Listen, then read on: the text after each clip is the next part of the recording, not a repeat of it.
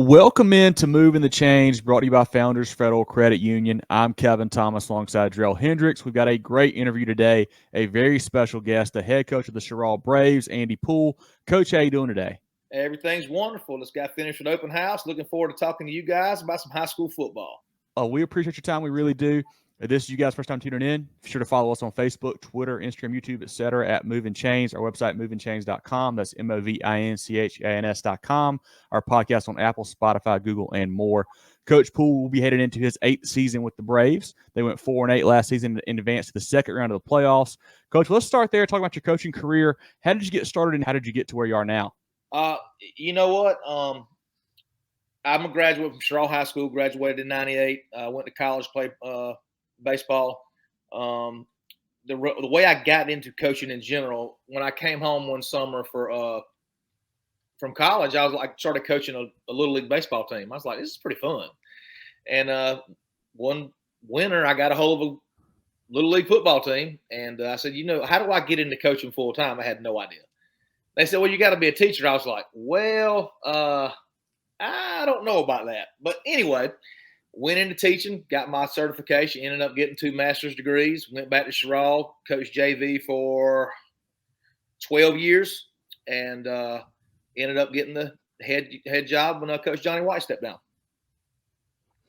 Coach Poole, for those who haven't seen Cheraw play, what types of schemes are you employing on the offensive defensive sides of the ball, and do you call plays for either side?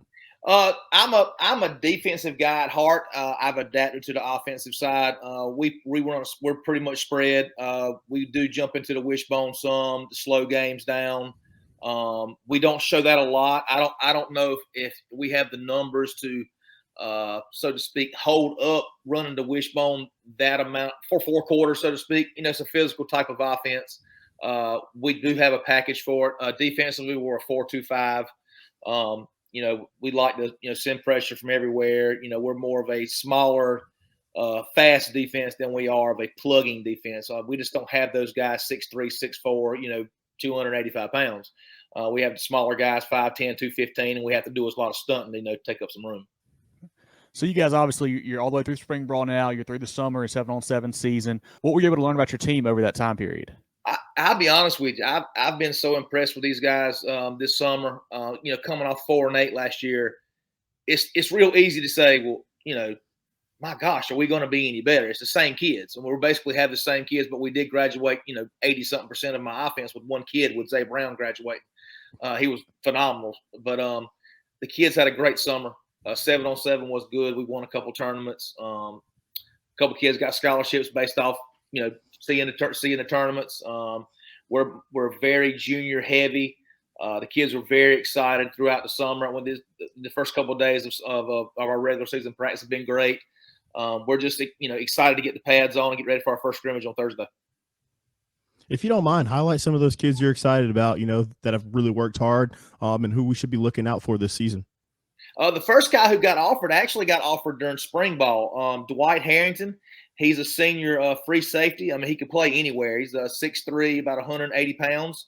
The Citadel offered him, came by and said, look, we got to have him. I was like, listen, you and everybody else. And, he's a great kid. He knows, 3.5 GPA. He's a basketball player. He's going to run track next year. Just a phenomenal ball player. He can play wide receiver for us. I mean, he can do anything. We're going to put him in the box and play our jack position, our outside linebacker. He can play anything. He's just a phenomenal kid, phenomenal athlete. Our quarterback, Aiden Nolan, got offered by St. Andrews at their tournament. We got quite a few guys, this got potential to play at the next level. Kevon Ford, our senior running back, we're looking at him to have a big season. He scored a humongous touchdown against Marion this past year. Tyson Calder on the offensive line. He's had a great summer. He's 6'3" and a half, about 260. I mean, he's a really lean guy, very mean as a rattlesnake, but a very good ball player. And we got several guys, our underclassmen that's going to be on radar, especially our freshman class. We potentially could start 5 freshmen this year on this team. Wow, that's super impressive, Coach. Looking back at last year, you guys, you didn't have the best record, but you lost 4 of those games by, I think, a touchdown or less. What was your team able to kind of, learn from that, and how will that help you guys as you're a little bit older this year? That's the thing. It's frustrating but encouraging at the same time, losing games by 7 points. I mean, it's frustrating as all get out, considering you were winning all of those games and ended up losing right there at the end. But the thing about it is those kids never quit. They never missed practice. They never had bad attitudes. They always kept coming back. And it's the same kids you're going to see on Friday night this year. A year older, a year bigger, faster, stronger.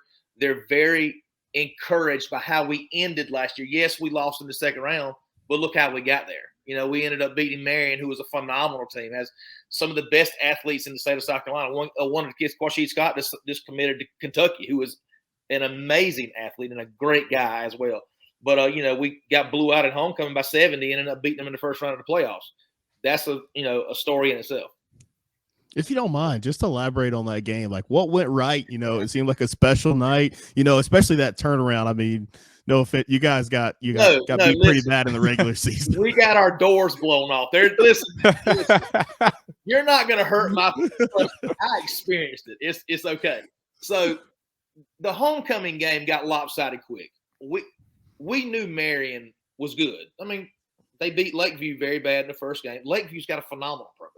They ended up beating Pageland by a couple of touchdowns. Pageland don't give up touchdowns on defense. So we knew they were good. But when we saw them in person, when they got off the bus, I was like, boys, we might be in trouble. And, I thought we had a pretty good team. Young, but I thought we were pretty good. And they got going, and we was like, well, we just got to slow these guys down because we're not going to stop them. So anyway, we ended up going to the first round of the playoffs. We drew Marion, and none of the kids were like, man, none of them's like, they're going to pound us again. Well, we put in our wishbone stuff. We was like, listen, we're going to slow this game down. We can't give them 75 possessions on offense because they might score on 60 of them. We just can't do that. So we slowed the game down, ended up battling back, tying it up, took the lead. Zay Brown broke off 2 runs. I think he had 2 straight carries for 165 yards. Scored on both of them. So we ended up taking the lead, and they scored really late. I think it was 4 minutes to go. And they ended up going for 2 because they hadn't kicked a whole lot. And I said, boys, if we can just stop them right here, we got a chance to win this thing. And Tyson Calder, one of the kids we talked about, cut through the line on the 2-point conversion, cut the guy down in the backfield. And we ended up, winning by 1, but it was not without drama. I mean, they ended up throwing a touchdown pass. It was a holding call on them. Guy was running around. When you have athletes like that, there's never not enough time. I mean, it can be 2 seconds on the clock. And it was a game that came down to the last, couple seconds. And I'll be honest with you, it was one of these games you hear about but don't believe. I'm glad I have it on film. So.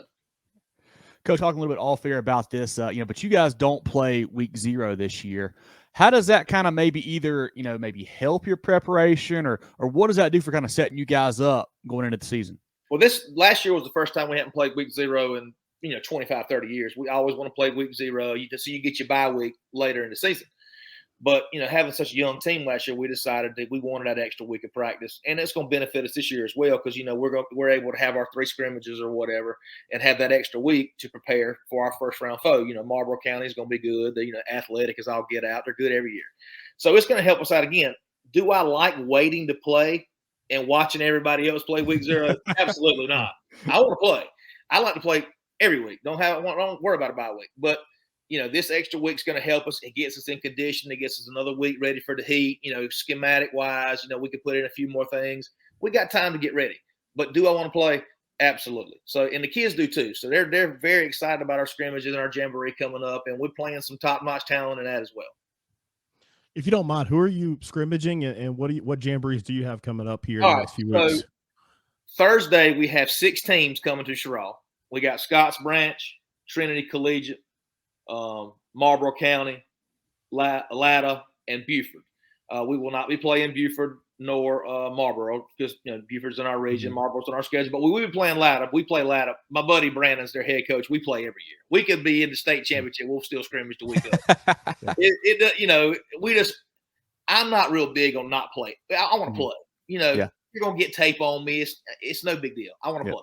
So in the next week we have an 8-team scrimmage in Cheraw, where our 4 county schools are going to be there, and we're bringing in Mullins, Darlington, Hannah Pamplico, and Latta. So we'll all play. The county schools are all going to play. There'll be food trucks there. It'll be a great thing for the community. And, we're really looking forward to it. And then the big dog comes on August 11th. We go to Dillon and play them at 9 o'clock. That'll be a fun one for sure, Coach. It's always fun to play Dillon. Always a question that we have to ask, at the lower levels, the 1 and 2A especially, you got a bunch of guys, going both ways and just things like that, kind of a two-part question. How are your numbers this year? And then as far as a head coaching side, how do you kind of structure your practice so that you guys can get work on both sides of the ball without maybe tiring the guys out, but still getting enough, time and learning what they need to learn out there? That's the thing about, our lower levels. We don't have good numbers. I mean, on an average year, we'll probably dress out 38 to 40 on varsity, 25, 28 on JV, give or take. This year is no different. I think on our roster right now, with a couple kids that are going to play JV during the season, but are on our roster right now, I think we have 42. And practice is calculated. We just we have to know. We give guys a ton of breaks, but we also know they have to be in shape. The physicality, we're really physical. The first part of practice, we bang, bang, bang, bang, bang. Then we back off, and we're on air, we're on dummies, we're on cans or whatever. Once we're able to have contact or whatever. But these first couple of practices, do I like them because we can't hit? No, but it also saves my legs, saves my kids' bodies. They don't have to go through that punishment that we're going to have to put them through in order to get through these scrimmages and stuff. Coach, we love to show the kids love, but who are some coaches on your staff that you have? Do you mind highlighting those guys? Did you have some changes? Were you able to keep everything intact? Listen, I can't get rid of these guys. Listen, that we are thick as thieves. We don't have any turnover whatsoever. When I got this job, I got the same clowns with me now that I had when I got hired, but they're great guys. Coach Chad Lee is our head JV coach and offensive coordinator. Coach Billy Amick is our defensive coordinator. He's our elder statesman, been doing it a long time. He was around when they won it in '93. He's been around forever. Bo Hillian was our offensive line coach this year. Terrence Waiters helps with our JV. Jonathan Griggs does our wide receivers. Damian Ash does our running backs. Andre Garvin does our defensive line. Coach Bird, our athletic director, our baseball coach, our volleyball coach, our tennis coach. He does everything. He helps with the linebackers, the secondary, the special teams. Timmy Adams has been with us forever. He coached me when I was in school. Coach Amick coached me when I was in school. I hope I don't forget anybody. I know I'm going to forget somebody, and they're going to be upset with me. Let me make sure I'm not forgetting anybody. Lord, take your time, Coach. I just don't want to forget somebody. They text me as soon as just think, thanks, I appreciate it. You know what I mean? You know what? I'm fixing to look on my phone. I can edit this. We're good. We're all good. I want to see that I'm going through the effort to find them on this to make sure that it's only right. You did classify them as clowns before we started going through this. Let's see. I did. And Derek Gordon. I knew it. He's our administrative assistant, and he helps with our secondary with Coach Amick. I knocked out everybody else, so we're good to go. Love it. Coach, you mentioned there, Cheraw is a proud program. It's had some titles, some state championships. And, when I was growing up, had studs like, Cliff Matthews and Jerron Brown and, even Travis Small and that whole group there. Can you kind of, feel a sense of the community, how they really want to get back to that level? And, can you kind of feel the hunger for a big-time winner over there? This is the thing I think every town experiences, every coaching staff. The names you just named are generational talent. Oh, yeah. Big time. So in a town like Cheraw, we're not Gaffney, we're not Dorman, Somerville, Abbeville for that matter. Abbeville has studs every year, and they have 400 students. That's the thing. We have athletes in cycles just like everybody else. The generational athlete like you just named is few and far between here. And listen, I would love for Cliff to walk through those doors. Listen, Jerron, Travis, Montreal, Kenyatta, Gary. Listen, I can go on and on and on. Chris Massey. Yep. We had some dogs come through these hallways, and we would love to have them again. The thing we can do as coaches in the community, we should expect that. You should always expect to be great. But let's support the kids who we have and appreciate them for what they bring to the table, because it's not every day you're going to have Travis Small say, we're going to rush for 3,500 yards. You know what? If I could go into this season and say, look, I'm going to have a 3,500-yard rusher, hey, everybody be happy, but that's not the way it goes. You know, we're going to put these kids in the best position they can to be successful. We're going to go from there. We hope we get supported no matter what.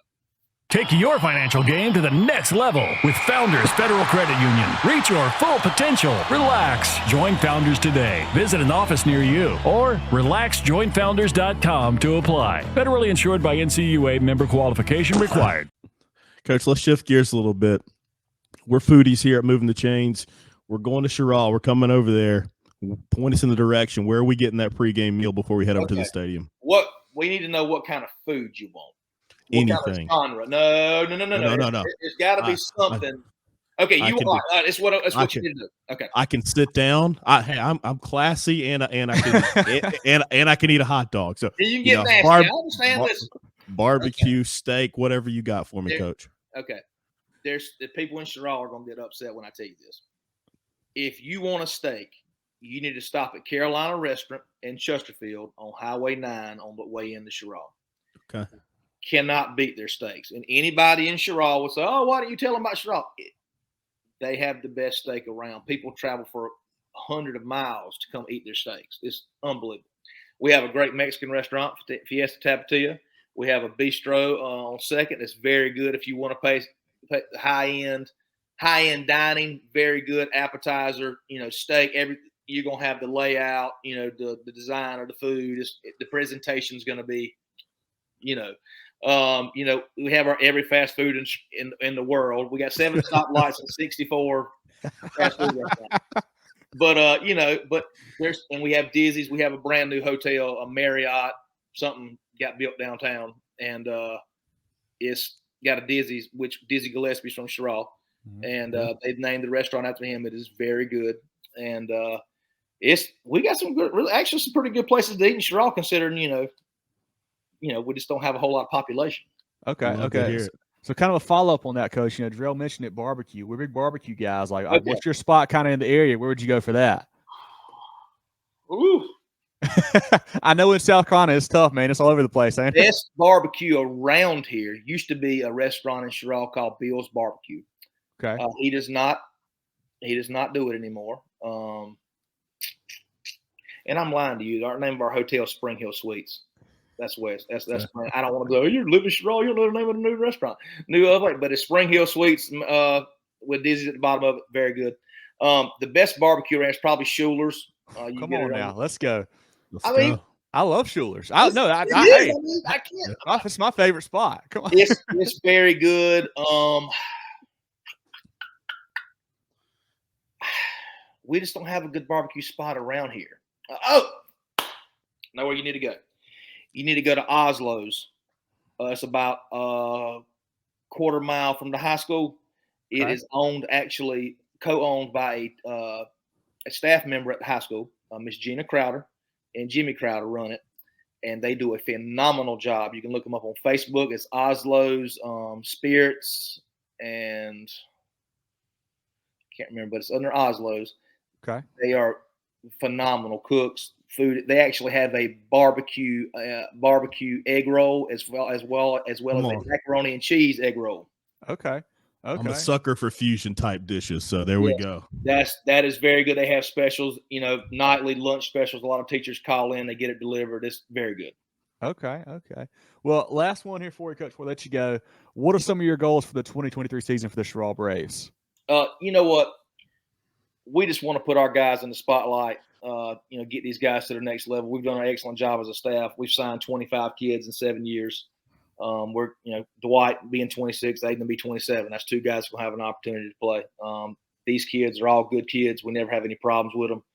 Our goal, of course, is every year is, win a region championship, advance deep into the playoffs, give our kids an opportunity to play on a big stage, whether it's a, lower state championship game, state championship game, region championship game. Give our kids a chance to, show themselves against good teams. That's why we want to play, good teams. Like next year, I'm going to try to schedule a Florida or a Georgia team. Yeah. I want our kids to be able to experience something other than Cheraw. I mean, a lot of our, our school, our towns like this, all we see is what we see on TV. Well, how come so-and-so gets to travel to so-and-so? I want these kids to be able to experience that. Like at the end of the summer, we took our kids to a water park. Yeah. Kids had a blast. So, that was one thing that we wanted to be able to do. And, if we can, broaden their horizons through football, that's what we're going to do. Well, this has been great. I definitely want to go check out Coach Poole and the Braves program on Twitter and Facebook. They do a great job posting highlights and updates about their kids. So definitely do that. Like I mentioned, follow us on Facebook, Twitter, Instagram, YouTube, etc. at Movin Chains and movinchains.com. Our podcast on Apple, Spotify, Google, and more. Movin The Chains, brought to you by Founders Federal Credit Union. Drill, anything else for Coach? We'll let him go tonight. Coach Poole, love your energy and enthusiasm. Can see why your staff has stayed with you for 8 years.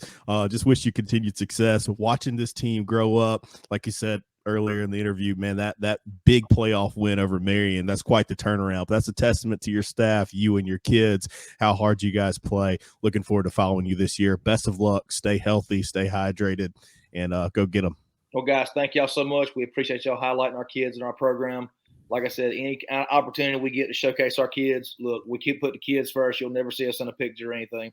If it's kids first, because if it's not the kids, we don't have a job. We appreciate it, Coach. We look forward to stopping by a practice or a game and getting to meet you in person. And best of luck this year, all right? Now, y'all come on by and come see us. Now, listen, I'll be honest with you. If they ever start a reality show following remember the thing on MTV a couple years ago, we would definitely make some money. I'm telling you right now, we would have viewers across the world. I love it. We appreciate it, Coach, and chat soon, all right? Appreciate it, guys. Talk to you soon.